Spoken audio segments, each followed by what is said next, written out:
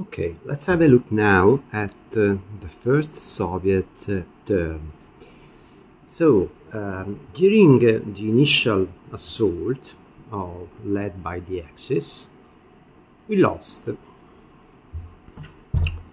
6 infantry armies, 3 tank corps, and 2 air units. The Axis succeeded in encircling a couple of units along the Baltic coast with an air unit. Additionally, this infantry is routed, so means that it doesn't count for attrition, and if eliminated, this unit will go into the Hiwis box. The other unit here is just out of supply, so this unit does count for attrition. This unit can move, but it has only halved its movement points, so it has just 1 movement point. And if it ends the turn out of supply, which is almost sure because there is no way I can break this ring led by Army Group North and Center, at least this unit will not go into the Hiwis box. What about the situation? The situation is grim because it is clear what the Axis is trying to do. The Axis is trying to get Minsk and then enter the Smolensk corridor to attack Smolensk and later get into Moscow. So this is something we need to avoid at all cost. Other bad news: there is no production on turn 1, so we can't count on new units or reinforcements.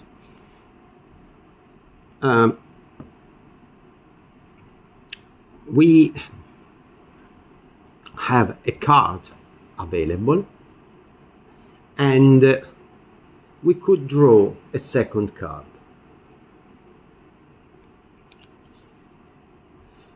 So now I inspect the cards and I see that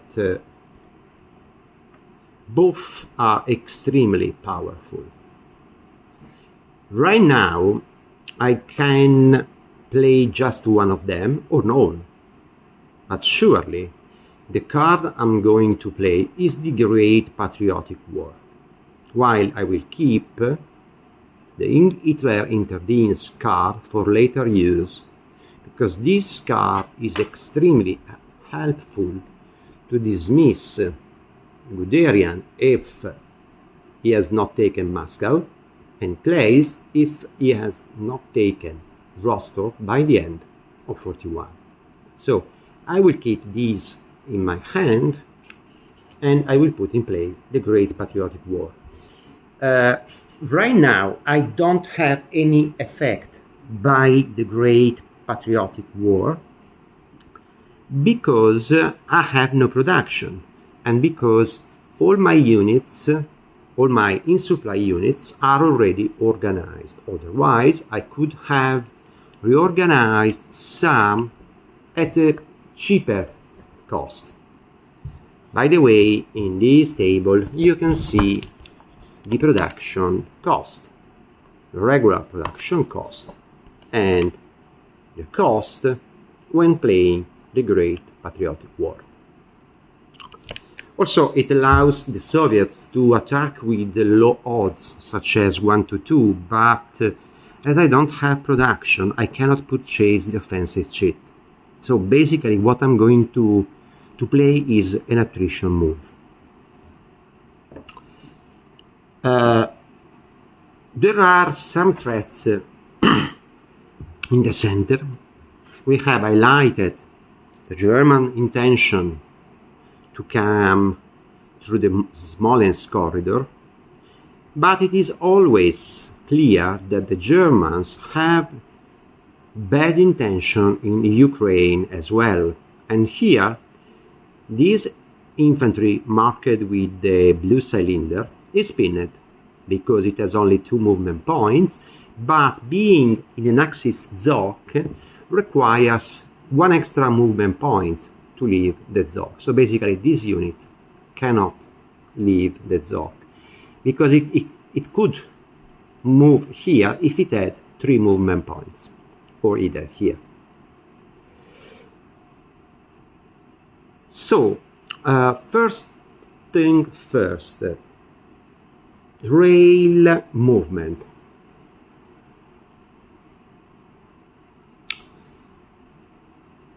Rail movement is a nice addition because it allows me to move one unit, either an air or a ground unit, by rail from for a friendly controlled rail yard to another friendly controlled rail yard. So for example, I could move this infantry from Kharkov to Odessa.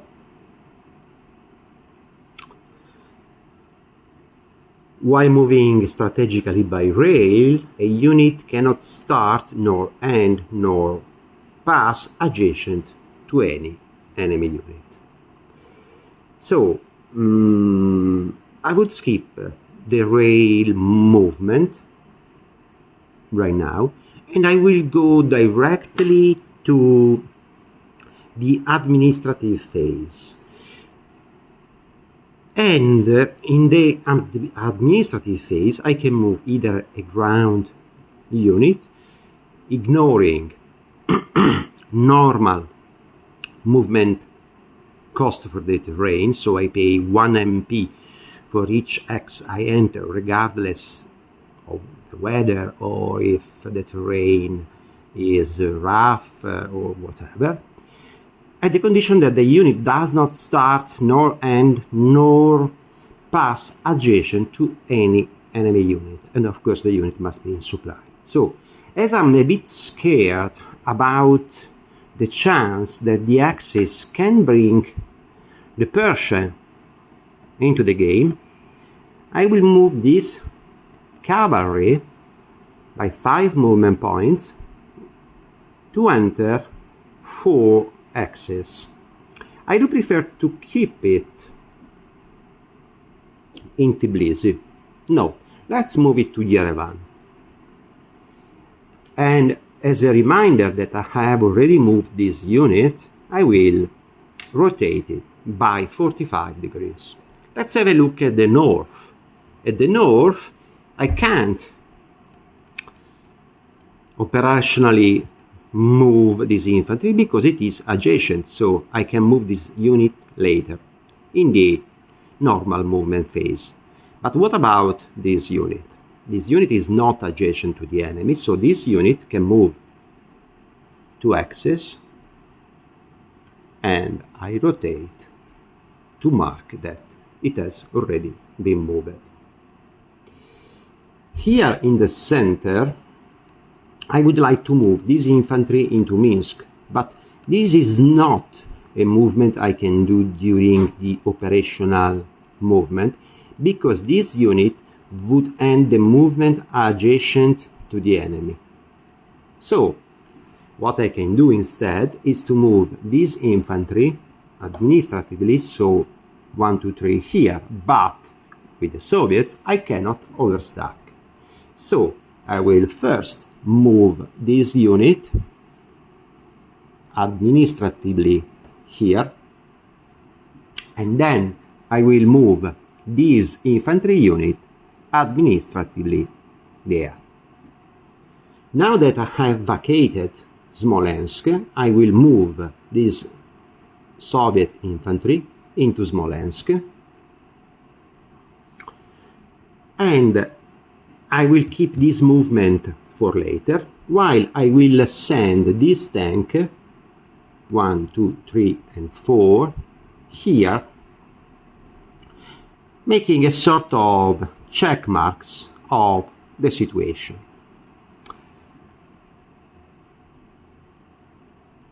Back to the area here. Oh yes, there would have been a move I could have done by rail. I could have moved the infantry in Kharkov by rail to Dnipropetrovsk. So let's do this. When a unit, I can only move one unit by rail, but the good news is that I can move it again either during the operational move or the normal move.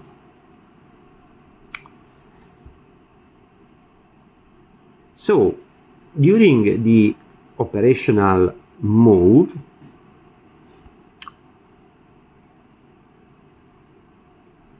I think I have moved all of my ground units. Let's have a look at the air unit. Air unit can rebase during the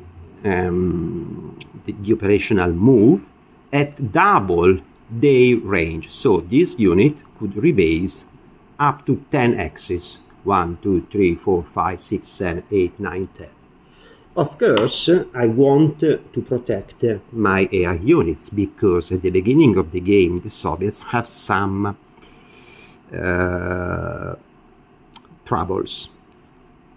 Eliminated air units cannot be repurchased until the next year, when the appropriate the appropriate Ilyushin card is drawn. So I don't want to lose my air units, and I will send my air units into Rostov, which should be a fair, quiet place. Also, the Soviets cannot double stack in the same axe with the ground units until they draw the relevant general. The Soviets cannot build the full strength of their unit, of the ground unit, so we have some issues to deal with. Also, we have this unit that could rebase, but as it is out of supply, this unit can rebase at just half its double range, so to its standard combat range of 5. 1, 2, 3, 4 and 5. As you can see, the out of supply marker remains. I think I have done all my rail and administrative move. Now I can make the next phase, which is the normal movement phase, and I want to move this infantry back to Odessa, this infantry back siding Odessa, this infantry into Minsk, paying 3 movement points, and I also want to move this unit into Kiev, but before doing that I want to be sure that I have some units guarding the flank. So I'm checking. Okay, I should be sure that I keep a unit adjacent to this.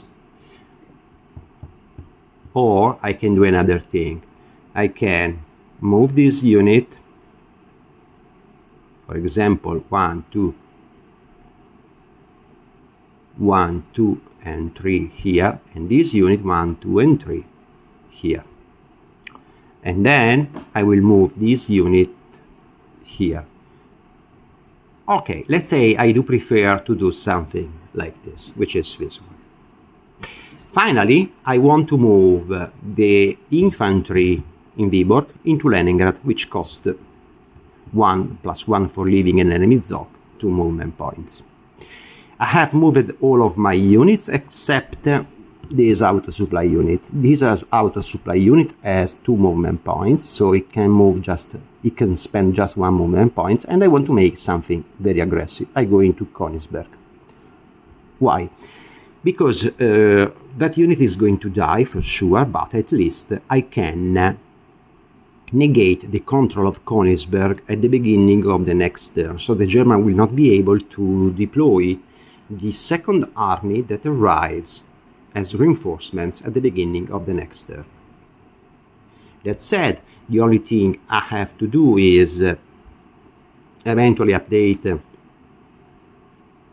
some X control, but I really do not need it. I can remove the blue cylinder for remembering that unit that was pinned. And now we have the mandatory attrition phase.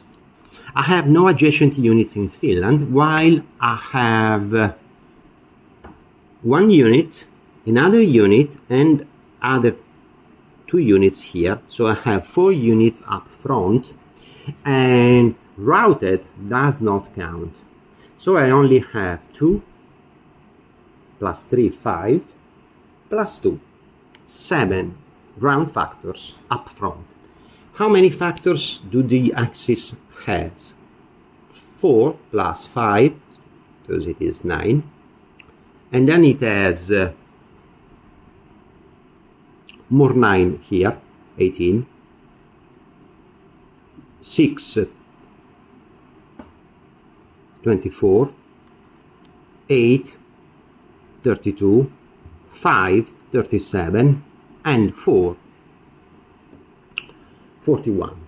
So I just have to cross-index these 2 numbers on the attrition table and get the number of losses, taking into consideration that the Germans, it's quite obvious, but in case we can calculate, as both air and armor superiority. So we are in this situation, so we are the attacker with if I remember, 7 ground factors, so we are between 0 and 26, so we are in this column, while the Germans have roughly 40 factors, so they are in the second line. However, due to both the armor and their superiority, the Germans benefit from 2 switches, so they go into the third line, which is 81 to 107, so the result is 0 losses for the defender, blue, the Germans, in this case the Axis, 3 losses for the attacker, the Soviets, and I have 0 claimable X. So, in short, I have suffered 3 losses. I cannot inflict more than one loss to the same unit during the attrition phase. So, as I have 4 units adjacent to the enemy, and as I cannot take losses on the routed unit, that's my mandatory solution. So what happens at the end of the turn? At the end of the turn, and of course I cannot claim any X. At the end of the turn, it happens that this air unit now it is in supply, so the marker is removed. But these 2 units here are both marked with still a prototype marker, so as they are simultaneously disorganized and out of supply, they qualify as routed. We will have the routed marker in the final edition of the game. So both these units are eliminated and they go into the Hiwi boxes. Mind that this X, Königsberg, is a urban X, and it remains Soviet controlled because the ZOC never extend into an enemy controlled urban X, while Kaunas is a minor city, and so it reverts to German control. The Soviet turn is over, so now I can rotate all the unit and I can eventually, even if I really don't need it, check X control, but now we are already familiar with this concept, and I will just keep the marker that the Soviets controlled this city in Joensuu, as they were the last occupant, and because of the axis, Zog of this Finnish infantry does not cross the lake. So we did our best to deploy some speed bumps, but remember that this is just the first Soviet term, and so it is normal that there are difficulties to deal with. By the way, I really hope you enjoy this video.